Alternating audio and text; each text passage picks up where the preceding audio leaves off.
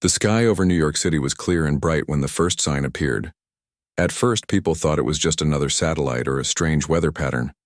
But when the object hovered silently in the upper atmosphere, glowing with a light that did not belong to the sun or the moon, panic slowly began to spread. News channels picked up the story quickly, and the world watched with a mixture of awe and fear as the strange, massive shapes appeared in the skies over London, Tokyo, Rio de Janeiro, and every other major city across the globe. At first, the governments of the world tried to communicate. They sent radio messages, lasers, and even attempted visual signals. Nothing worked. The alien ships did not respond. They just hovered, massive and silent, casting long, eerie shadows across the cities below. Some were shaped like sharp triangles, while others were massive spheres, their surfaces glimmering with colors that humans had no names for. People called them floating nightmares in news reports, though nobody wanted to admit how scared they really were. In Washington, D.C., the president stood with her advisors, her hands gripping the edge of the podium. "We must not panic," she said, though her voice trembled slightly. "We have technology, we have defense systems, we will not, cannot allow fear to rule us." But fear had already spread. Crowds clogged streets, airports were chaotic. Some tried to flee to rural areas, thinking the aliens would target cities first. Others waited anxiously, hoping this might be a misunderstanding. Still, the ships made no move to communicate. And soon, they did make a move, but not the one anyone expected. Without warning, beams of pure energy shot down from the largest ships. Skyscrapers disintegrated in an instant. Military bases vanished from radar. Fighter jets attempted to intercept, but missiles and planes alike were vaporized before they could even reach the alien vessels. Humanity's weapons, its proud tools of power, were nothing to these invaders. The world seemed to freeze, caught between disbelief and horror. In a small apartment in New York, a young engineer named Maya Singh watched the news feed with wide eyes. Her brother, a pilot in the Air Force, had been deployed to intercept the alien ships. She tried to call him, but the line was dead. Tears threatened to fall, but Maya forced herself to think. Fear would not help. She had to understand. She had to plan. Meanwhile, in London, David Harris, a retired scientist who had spent his life studying space phenomena, stared at the satellite images streaming in from observatories around the world. He knew instinctively that these invaders were not just seeking resources. They were something else entirely. Their technology was too advanced, too precise. They did not communicate. They did not negotiate. They destroyed. But why? And how? Governments finally admitted it publicly. Humanity was under attack. Aliens had invaded, and the first wave of their assault had shown one terrifying fact. No human weapon could stop them. Panic turned into despair, but amidst despair, some humans refused to surrender. In New York, Maya gathered a small group of friends and colleagues in her apartment. Engineers, programmers, and students, all desperate, all determined to contribute. "We can't fight them like soldiers," she said firmly. "We have to fight smart. We have to understand them. If we just run, we die. If we fight like they fight, we also die. But if we use our brains, maybe, just maybe, we can survive." Their first attempts were small. They hacked into public satellite feeds, trying to track the movement of the alien ships. They shared theories, drew diagrams, and tested their ideas. Around the world, similar groups formed. Ordinary people, scientists, engineers, mechanics, teachers, became the first line of resistance. Governments were in shock, but these civilians, often dismissed in ordinary life, began to shine. Their ingenuity became humanity's only hope. Meanwhile, in orbit, the aliens studied Earth. Their ships glided silently, scanning cities, observing populations, and sending detailed reports back to unseen commanders. They did not understand fear. They did not understand improvisation. They only knew efficiency, calculation, and order. To them, humans were unpredictable and weak, but also interesting.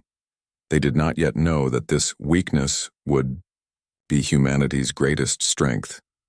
The next attacks were even more brutal. Cities that had survived the first wave faced new devastation. The aliens seemed to know human strategies before humans could implement them. Entire fleets of ships sent to intercept were destroyed. Still, humans survived. Entire communities evacuated just in time. Guided by information smuggled through amateur communication networks, scientists analyzed alien technology captured in fragments from destroyed ships, and slowly, patterns emerged. The beams, the shields, the movements, they were advanced, but they had limits. They were precise, not omnipotent. In Tokyo, a teenager, named Hiro Tanaka, discovered a strange property in the alien energy beams. While they could destroy concrete, steel, and electronics, they did not penetrate water in large quantities. A swimming pool or a river could stop them. Hiro shared this information online, and it spread. Civilians in affected areas began to understand the environment could be used to their advantage. Fear was still there, but hope began to flicker.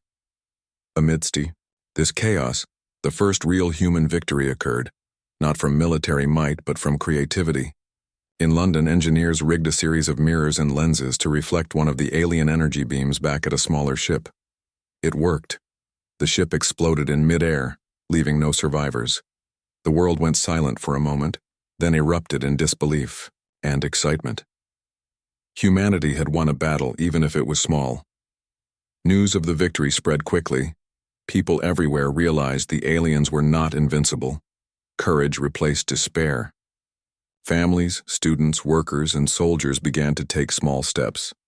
They gathered information, shared knowledge, and prepared. Humanity's greatest weapon was not firepower, it was ingenuity, creativity, and unity.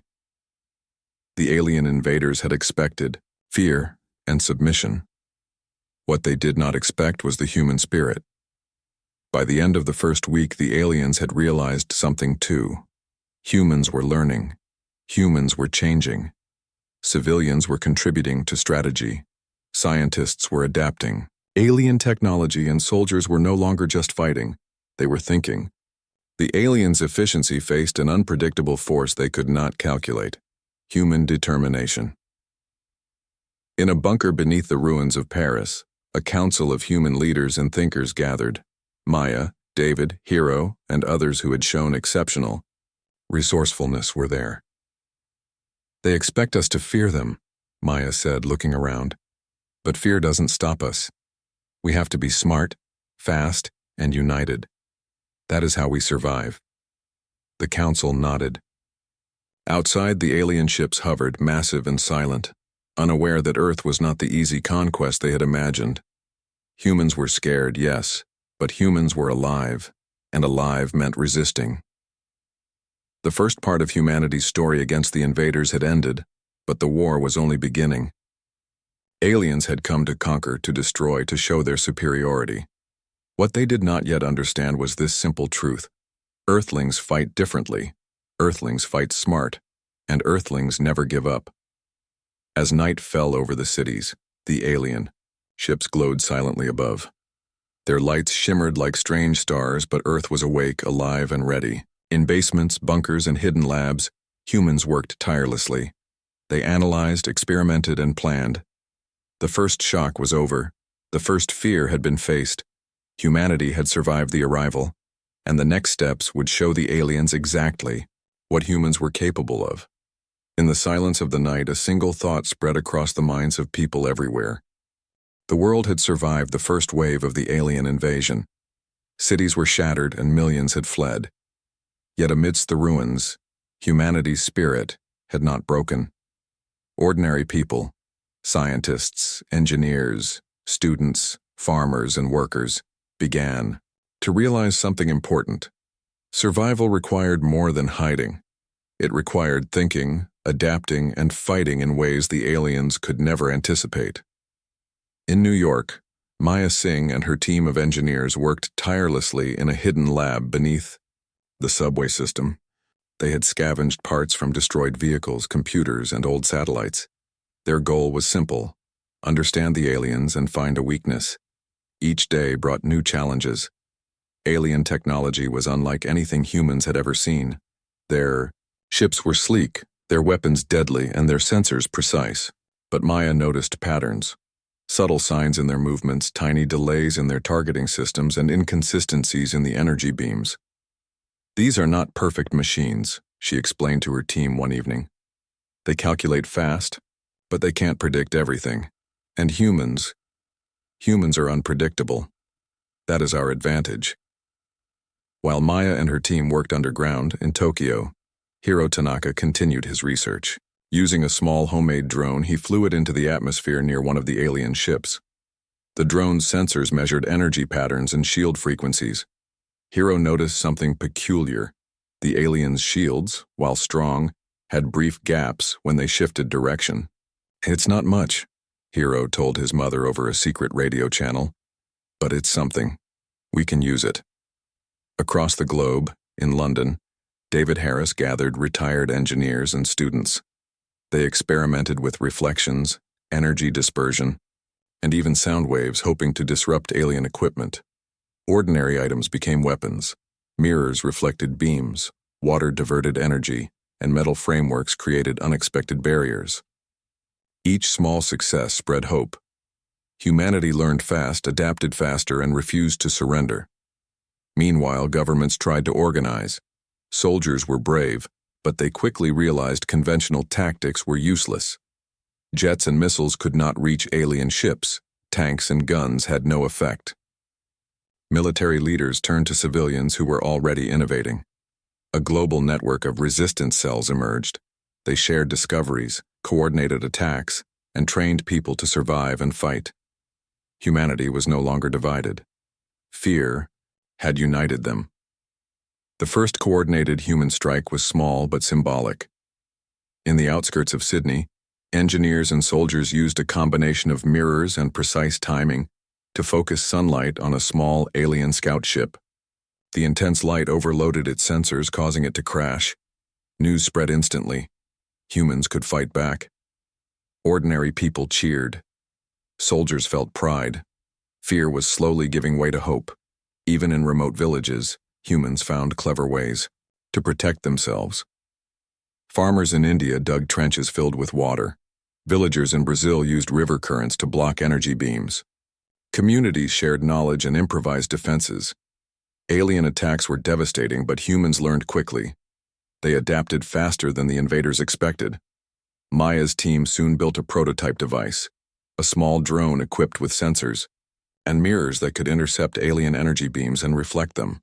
It was risky. Any miscalculation could destroy the drone and the operators, but it worked. The first test succeeded. A minor alien vessel was disabled, its systems short-circuited. For the first time, humans were not just defending themselves, they were attacking intelligently. But intelligence alone was not enough. Humans needed courage. Across the world, volunteers signed up for dangerous missions. They knew the aliens' weapons could obliterate them in an instant, yet they acted anyway. Fear existed, but it did not control them. In New York, a young soldier named Liam Carter led a team to disable an alien probe that hovered over the city's water supply. The plan was simple: distract, approach, and disrupt. As Liam's team executed their mission, beams of alien energy swept the streets. Buildings collapsed, streets cracked, and yet using shadows, reflections, and quick thinking, the team reached the probe. Liam placed a small device that emitted interference patterns, causing the alien ship to falter. It crashed into the river, sparking a massive explosion. The city trembled, but the people survived. Humanity had won again, not through brute force, but through intelligence, courage, and cooperation. The aliens noticed these attacks. They were puzzled. Humans were supposed to be predictable, weak, and fearful. Instead, humans were creative, bold, and relentless. They adapted. Each failure taught them something new. Each small victory gave them hope. And hope, the aliens discovered, was far more dangerous than any weapon. In underground bunkers, councils of scientists and engineers coordinated efforts globally. Messages were sent using radio waves, encrypted signals, and even carrier pigeons in remote areas. Every small victory, every piece of information was shared worldwide. Humans became a single network of knowledge and strategy. Alien ships could destroy cities, but they could not destroy human ingenuity. The turning point came when David Harris's team in London devised a plan to lure a squadron of alien scouts into a trap. They used decoy signals to mimic large gatherings of humans, then prepared energy-dispersing devices around the area. When the aliens attacked, the beams bounced unpredictably, confusing their targeting systems. Several alien ships crashed, unable to adapt quickly enough. It was the first large-scale human victory. Celebrations were muted, cities were still in ruins, millions were dead, but hope spread faster than fear. Humanity realized something important. They were not helpless. They were dangerous in ways the aliens had never imagined. Fear had been replaced by determination. Panic had been replaced by strategy. Humans had discovered the power of creativity under pressure. Meanwhile, alien commanders studied the humans. They had assumed the species would crumble under fire. They had expected fear, chaos, and surrender. But instead, they found intelligence, unity, and courage. They observed humans learning from failure, improvising on the spot and striking with precision. It was frustrating and dangerous. On a quiet night in New York, Maya stood atop a damaged skyscraper overlooking the city. Fires burned in the distance, but below, life went on. People were scavenging, rebuilding, and fighting. Children laughed despite the destruction. Families helped each other. Engineers and soldiers shared knowledge. Humans had found strength in ways the aliens could not destroy. Maya smiled grimly. They came thinking we were weak, she whispered. They have no idea what we are capable of. Across the ocean, Hiro Tanaka prepared his next experiment. He had discovered how water could block alien energy beams, and he was devising a way to use rivers and canals to protect entire neighborhoods. David Harris and his team were planning larger traps, coordinating cities against the alien scouts. Every success, no matter how small, built confidence. Every setback taught a lesson. Humans were learning faster than the aliens could anticipate. By Q. The end of the second week, humanity had achieved something remarkable. Alien ships had been destroyed. Human lives were lost, but victories were real. Civilians were no longer just hiding. They were fighting. Soldiers were no longer just obeying. They were thinking. Engineers, students, and ordinary people had become heroes. And yet, the war was far from over. The aliens were relentless, and their larger ships still hovered above the major cities, their beams ready to strike at a moment's notice. Humanity's victories were small compared to the scale of the invasion, but they were victories nonetheless. Across the globe, people whispered the same truth. We are not defenseless. We are not helpless. We are human, and we fight differently. The aliens had expected fear and submission. Instead, they faced intelligence, creativity, and courage. They had underestimated humanity, and that mistake would cost them dearly. Humanity had learned to fight smart. They had learned to adapt, improvise, and survive. And as they prepared for the next wave of attacks, they knew one thing for certain. Earth was not going to fall without a fight. The first strikes had shown the world a new truth. Humans could survive the impossible, and survival was only the beginning. The world had changed. Cities were scarred, landscapes were torn apart, and millions of lives had been lost. Yet humanity had adapted. Ordinary people had become heroes, engineers had become strategists, and soldiers had become clever fighters. Humanity was no longer simply reacting. They were taking the fight to the aliens. In the skies over Europe, massive alien ships hovered like silent predators. Their weapons could annihilate entire blocks in an instant, and yet, humans had learned to use the environment to their advantage. Rivers, tunnels, forests, and mountains were no longer just landscapes. They were tools of war, and humans were learning to wield them like weapons. Maya Singh and her team had developed a new device. Smaller than a suitcase, it could emit interference, signals capable of confusing alien sensors for several seconds. That short window was enough for human forces to strike. They called it the Pulse. It would be the centerpiece of their most daring plan yet. A coordinated strike against a massive alien command ship hovering over Paris. Today, Maya told the team, her voice steady despite the tension, we do not just survive. We fight back. We show them that humans are unpredictable, and unpredictable is dangerous. David Harris, now coordinating multiple teams across Europe, had devised the plan. Using drones, mirrors, and interference pulses, humans would lure the alien ship into a narrow valley outside Paris. The terrain would amplify the effects of their traps. Energy beams would ricochet unpredictably. Alien shields, powerful but rigid, could be exploited. Meanwhile, civilians across the city were evacuated to safe zones. Engineers and volunteers worked tirelessly to position the devices, test signals, and create decoys. Soldiers were ready to support the operation, but the humans on the ground understood the real advantage was intelligence and creativity. Hiro Tanaka in Tokyo worked on a different front. He had discovered that water could block alien beams. Using canals, rivers, and large water reservoirs, he helped design defensive networks in cities across Asia.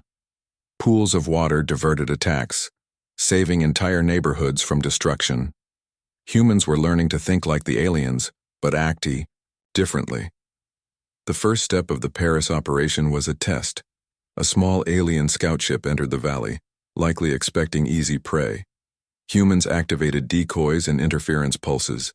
The alien sensors flickered and misread the positions of humans. Its weapons fired at shadows, reflections, and empty fields. Within minutes, the scout ship was disabled, crashing into the valley below.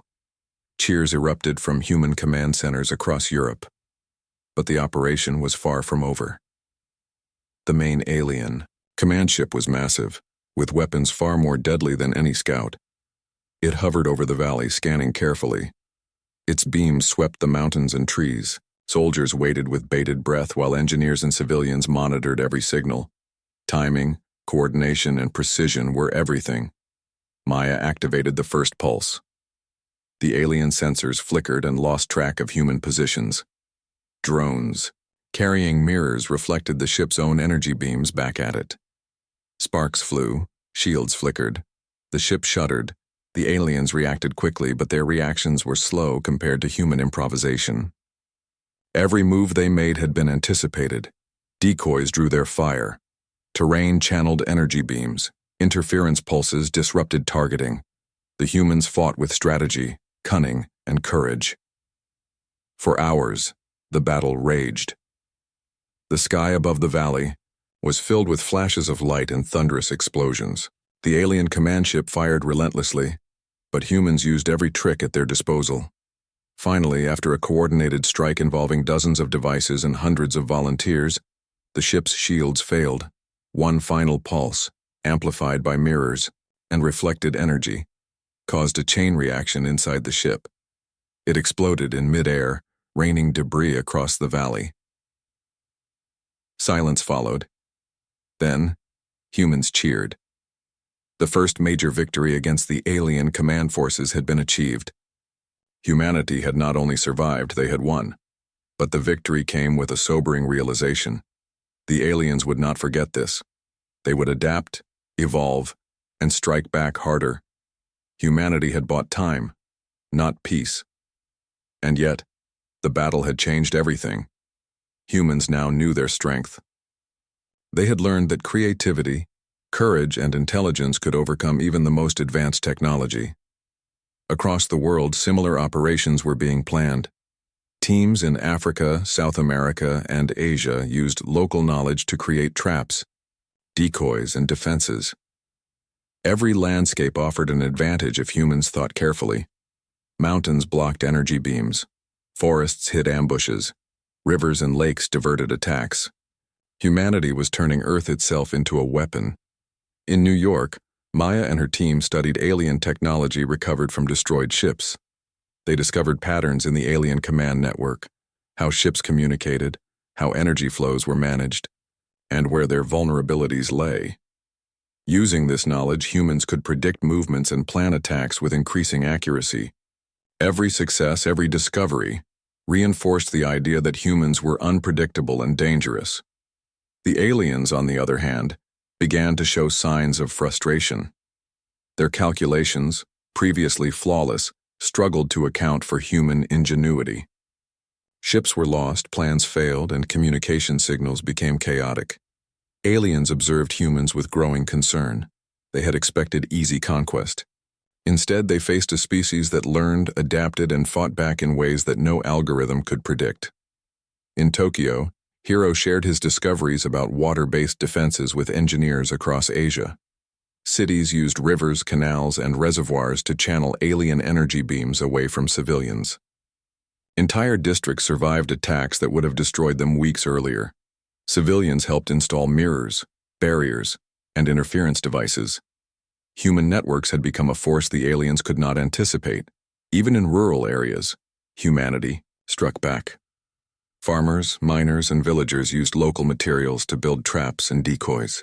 They modified vehicles into mobile platforms, mounted mirrors on rooftops, and connected communication lines to share information.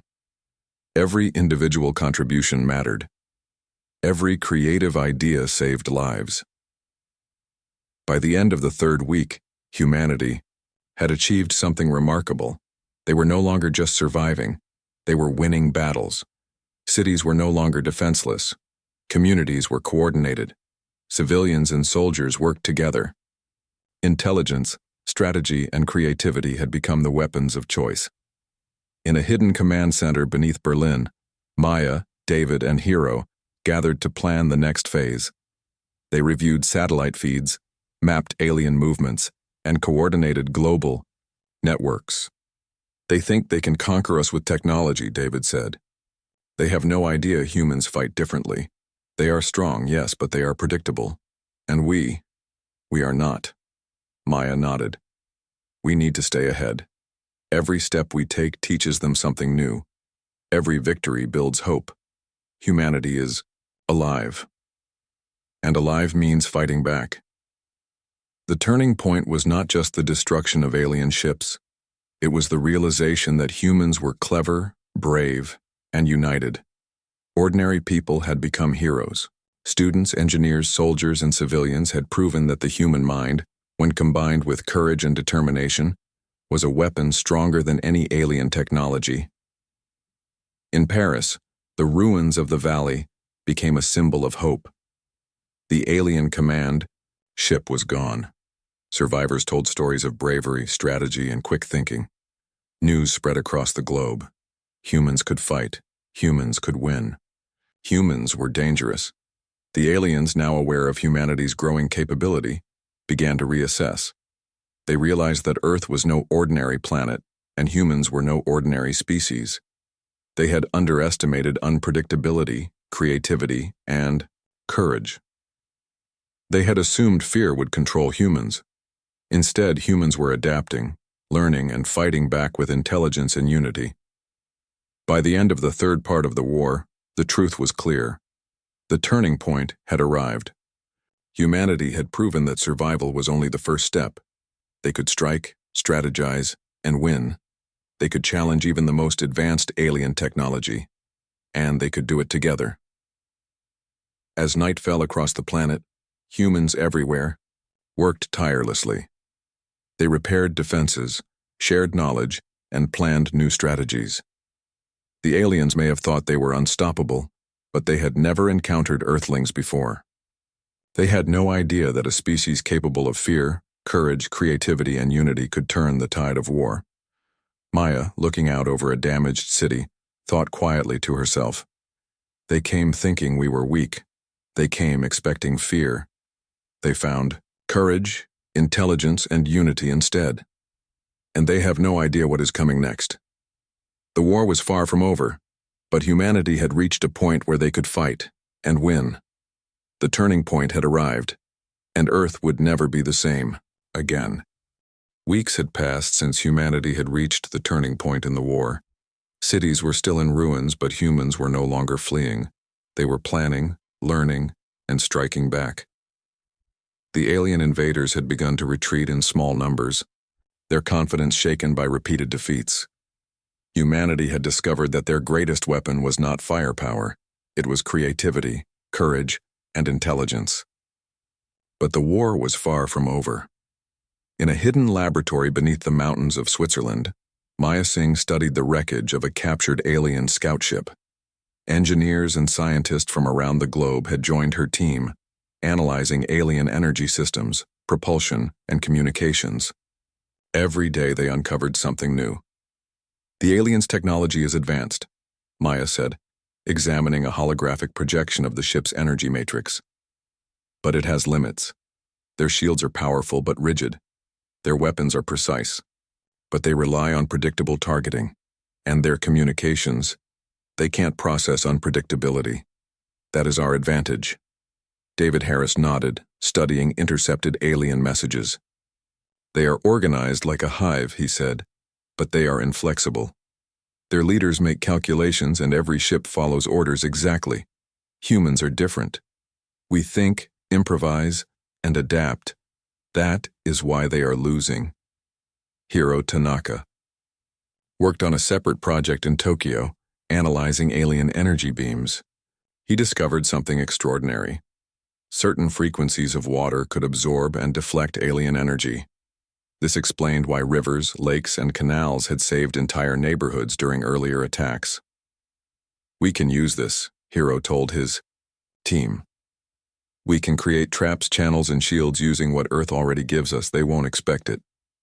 As humans studied the aliens, they began to see a pattern. The invaders were strong, but predictable. They calculated, assumed, and expected fear. Humans were unpredictable, courageous, and capable of improvisation. Every small victory, every trap, and every adaptive strategy revealed a new weakness. Humans began to realize that the aliens' confidence was their greatest vulnerability. Cocker, next operation was ambitious. In orbit above Earth, a massive alien fleet had gathered, led by one of their largest command ships. They intended to crush human resistance once and for all. But humans had learned too much to be surprised. They planned a trap that would exploit the aliens' rigid calculations, their dependence on predictable attacks, and their inability to adapt quickly. Maya and her team, working in coordination with engineers across Europe, Asia, and the Americas, devised a multi-layered strategy. Decoy cities, interference pulses, reflective energy channels, and water barriers would be combined to confuse, trap, and destroy the alien fleet. Ordinary people, soldiers, and engineers all contributed. Every detail mattered. In the valley outside Paris, humans prepared their positions. Mirrors were placed on cliffs, channels of water flowed in precise patterns, and interference pulses were carefully aligned. Civilians worked alongside soldiers, sharing knowledge and ensuring every piece of equipment was functioning perfectly. Today, Maya said, addressing the team, we show them what humans can do when we fight together. They think they are superior. They are not. They are strong but predictable. And predictability is our weapon. As the alien fleet descended, their sensors scanned for resistance. They fired at cities, expecting minimal opposition. But their calculations were wrong. Human decoys drew their fire, while hidden interference pulses scrambled their targeting systems. Energy beams ricocheted unpredictably off mirrors, striking alien ships that were otherwise untouchable. The battle raged for hours. The humans' network of ingenuity began to overwhelm the aliens' rigid coordination. One by one, scout ships were disabled. Command ships faltered under unpredictable energy patterns. Alien pilots tried to adapt, but the humans' creativity was impossible to calculate. Every move the aliens made was anticipated, countered, or redirected. Meanwhile, Hiro's water barriers played a crucial role. Entire districts survived attacks that would have been fatal. The energy beams, dispersed and absorbed by canals and reservoirs, were ineffective against human forces. Cities that had once been defenseless now acted as active traps, turning the environment itself into a weapon. By the afternoon, the alien command ship at the center of the fleet was struggling. Its shields flickered, Its communications were jammed and its crew struggled to process the chaos unfolding around them. Maya and David coordinated one final strike. Using a combination of reflective energy channels, interference pulses, and water absorption, they focused the full force of human ingenuity on the ship. The result was catastrophic for the aliens. The command ship erupted in a massive explosion, scattering debris across the skies. The remaining fleet, disoriented and leaderless, retreated in confusion. Human observers watched as alien ships fled orbit, some never to return. Humanity had struck decisively. In the aftermath, humans examined the wreckage and captured alien technology. They discovered startling truths. The aliens' physiology, their mental processes, and their technology were all rigid and calculated. They could not adapt quickly to chaos or unpredictability. Fear and courage were unknown to them. Every human action that defied expectation became a weapon. Maya reflected on this revelation. "They never understood us," she said quietly. "They came thinking humans were weak. They assumed we would fear them, submit, or die. But they underestimated creativity, courage, and intelligence. They underestimated humanity." David nodded. "This is why none of their invasions have succeeded. They expect fear and order. They cannot handle unpredictability. And humans are never predictable," Hero added. "We have a chance, not just to survive, but to ensure they can never threaten Earth again. We understand them now. We know their weaknesses, and we can exploit them fully." Across the globe, similar operations were underway. Engineers in Africa adapted local terrain to create energy traps. Communities in South America built water-based defenses in river systems. Civilians in Asia coordinated decoys, interference, signals, and reflective arrays. Humanity's global network of ingenuity had become unstoppable. The revelation was clear. The aliens were strong, but their greatest weakness was their inability to anticipate the human mind. They were powerful, yes, but inflexible. Every plan they made could be turned against them if humans acted unpredictably, courageously, and intelligently. As the sun set over the battered cities, humans prepared for the next stage of the war. The alien threat was not gone, but Earthlings had discovered a truth that changed everything. The war could be won. Humanity's confidence soared. Civilians, soldiers, engineers, and scientists all understood that they were no longer merely survivors. They were strategists, fighters, and defenders of their world. The aliens had underestimated them completely. In a command center beneath Berlin, Maya, David, and Hero gathered once more. Maps, holograms, and intercepted signals covered the walls. "We have learned their weaknesses," Maya said. "Now we use them, not just to survive, but to ensure Earth is safe." "The aliens have no idea what is coming," David added. "We know their limits. We know their rigid thinking, and we know what humans are capable of. This is our chance to end the war." Hero smiled, finally allowing a hint of relief. "We fight differently. We improvise, we adapt, and we never surrender. The aliens may be strong, but they are predictable, and predictability is a weapon humans know how to use." As night fell, humans across the planet worked tirelessly. The destroyed cities were alive with activity, repairing, fortifying, planning. Every small contribution mattered. Every clever idea, every improvised defense, every act of courage became part of a global strategy. The aliens, still circling above, could not comprehend what was happening. They had never faced a species capable of such creativity, courage, and intelligence. Every step they took was anticipated. Every attack they launched was countered. And with each failure, their confidence waned. Humanity had discovered the key to victory, the power of the unpredictable mind. They had turned fear into courage, weakness into ingenuity, and survival into strategy. The revelation was complete. Earthlings were dangerous in ways the aliens could never understand. And now, with knowledge of their enemy, humans were ready for the final phase. The stage was set for a decisive strike, one that could end the invasion, once and for all. Maya looked out over the city, her eyes reflecting both exhaustion and determination.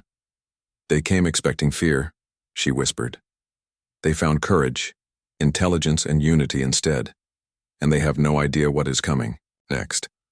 For the first time, humanity did not just hope for survival, they knew they could win. The revelation had changed everything. The world had endured. Cities were scarred, landscapes were torn, and millions of lives had been lost. But humanity had survived. They had fought with courage, intelligence, and creativity, and now they were ready for the final phase, to drive the alien invaders from Earth once and for all. In a hidden command center beneath the Alps, Maya Singh stood surrounded by maps, holographic projections, and intercepted alien communications. Engineers, scientists, and strategists from every continent worked tirelessly, coordinating the largest human operation in history. The alien fleet that had terrorized the world for weeks was still in orbit, but their numbers had dwindled. Many ships had been destroyed or disabled in previous battles, and their confidence had faltered. The aliens have underestimated us at every step, Maya said, her voice firm. They have relied on precision and fear. They have assumed submission. But we are not predictable. We are courageous, and we fight with our minds. Today we finish this war. David Harris stepped forward, pointing to a holographic model of the remaining alien fleet. We know their weaknesses. Their shields are rigid, their targeting predictable, and their communications vulnerable. If we coordinate properly, we can trap the entire fleet. This is our chance. Hiro Tanaka added, We also have the environment on our side. Water, terrain, and city layouts can all be used as defensive weapons. Every device, every decoy, every trick we've developed will be part of this final strike. The plan was bold. Humans would divide the alien fleet into sections using decoy signals, drawing them over areas rigged with interference pulses, reflective energy traps, and water barriers. Command ships would be lured into valleys, oceans, and rivers where humans had prepared massive traps. Every move would exploit the aliens' predictability, their rigidity, and their inability to adapt to chaos. As the operation began, cities and rural areas alike became part of the battlefield. Engineers coordinated from underground labs. Civilians monitored signals, activated devices, and ensured defenses were in place. Soldiers guided operations and protected key locations. Humanity was united as never before. The first wave of alien ships approached, firing energy beams at what they thought were undefended cities. But human traps were ready.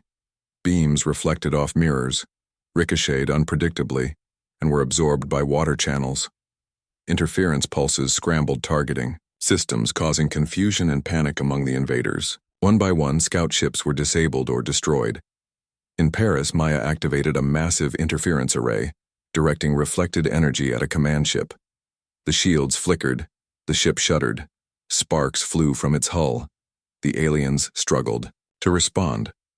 But the humans had anticipated every reaction. The ship could not adapt fast enough. A final concentrated pulse overloaded its systems, causing a spectacular explosion that lit up the night sky.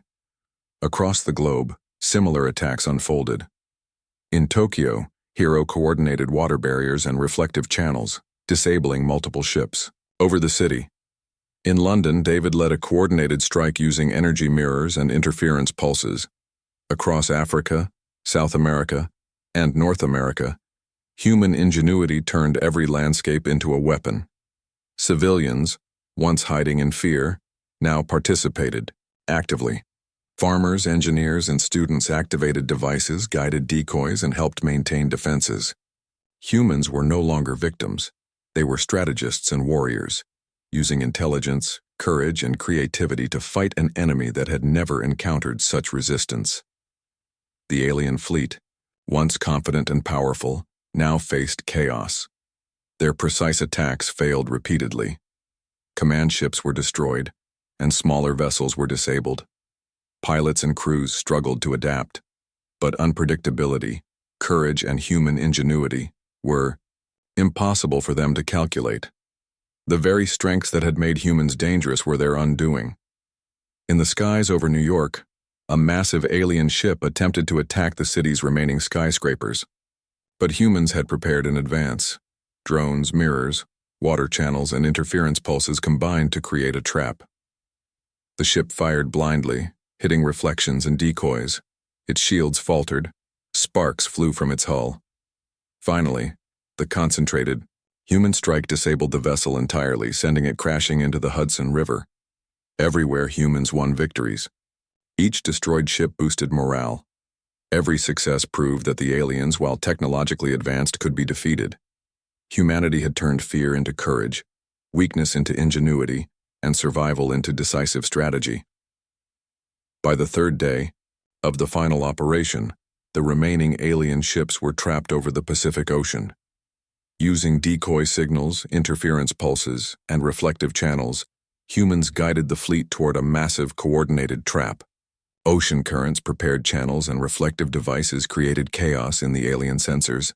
Ships collided, malfunctioned, and exploded. In orbit, the last command ship tried to regroup the fleet. But humans had learned its communication patterns and weaknesses. Using a combination of captured alien technology and human innovation, they disrupted the command signals. Confused, leaderless, and surrounded by unpredictable attacks, the alien fleet began to retreat, some ships never to return. Maya, watching the final battle unfold on holographic screens, felt a mix of exhaustion and triumph. They underestimated humans, she whispered. They assumed fear. They assumed submission. But we are unpredictable. We are brave. And we never give up. David nodded beside her. They thought strength alone would conquer us. They were wrong. Intelligence, courage, and creativity are stronger than any weapon. Hiro smiled, watching reports from Tokyo. We have shown them that humans fight differently. They cannot calculate us. They cannot predict us. And that is why we win. By nightfall, the alien invasion had ended. The remaining ships fled deep space, some never to return. Humanity had survived, not just by brute force, but through ingenuity, courage, and unity.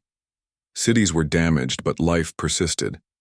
Humans had proven that even against a technologically superior enemy, adaptability, intelligence, and determination could triumph. Across the planet, survivors emerged from shelters, bunkers, and hideouts.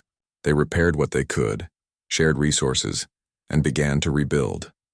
Families reunited. Children laughed despite the destruction. Humans had survived the impossible, and in doing so, they had discovered the true strength of their species. In New York, Maya and her team surveyed the city from a rooftop. Fires still burned, but life persisted. We have survived, she said quietly, and now we rebuild. We are stronger than ever, because we know what we are capable of. David, Hera stood beside her, watching the horizon. The aliens underestimated us completely. They thought they could conquer us with strength, precision, and fear. Instead, they found courage, intelligence, and unity. Earthlings fight differently, and that is why we win. Hiro Tanaka joined them, smiling faintly. We have shown them that humanity cannot be defeated by fear or technology alone. We are brave, we are clever, and we never surrender. That is our greatest weapon. As the sun rose over a battered but resilient world, humanity celebrated a hard-earned victory. The aliens had come expecting easy conquest, and none returned to tell the story. Humans had faced impossible odds, and they had won. Across the planet, stories of courage, creativity, and ingenuity spread. Engineers who devised clever traps, civilians who helped maintain defenses, soldiers who improvised and fought bravely. Students, farmers, teachers, and ordinary people had become heroes. Humanity had survived, adapted, and conquered. Maya, David, and Hiro stood together, looking out over the rebuilding city. We have fought together, Maya said. We have learned together, and we have won together. Earth is ours to protect, and we will ensure it never falls like this again. David smiled. This is only the beginning. We have learned what humans are capable of, and now the galaxy will know. Hero added, the aliens never understood us. They thought fear would control us. They thought technology would conquer us. They were wrong. Humans fight differently, and we are unstoppable when we fight together. Humanity had survived the invasion. They had learned the power of unity, intelligence, courage, and creativity. The alien threat had been defeated, and Earth was free. But more importantly, humans had discovered something that no alien could ever take away: the strength of the human spirit. As night fell over the planet, the stars above twinkled like silent witnesses. The aliens had come. They had attacked, and they had underestimated humanity completely. Earthlings had fought, survived, and triumphed.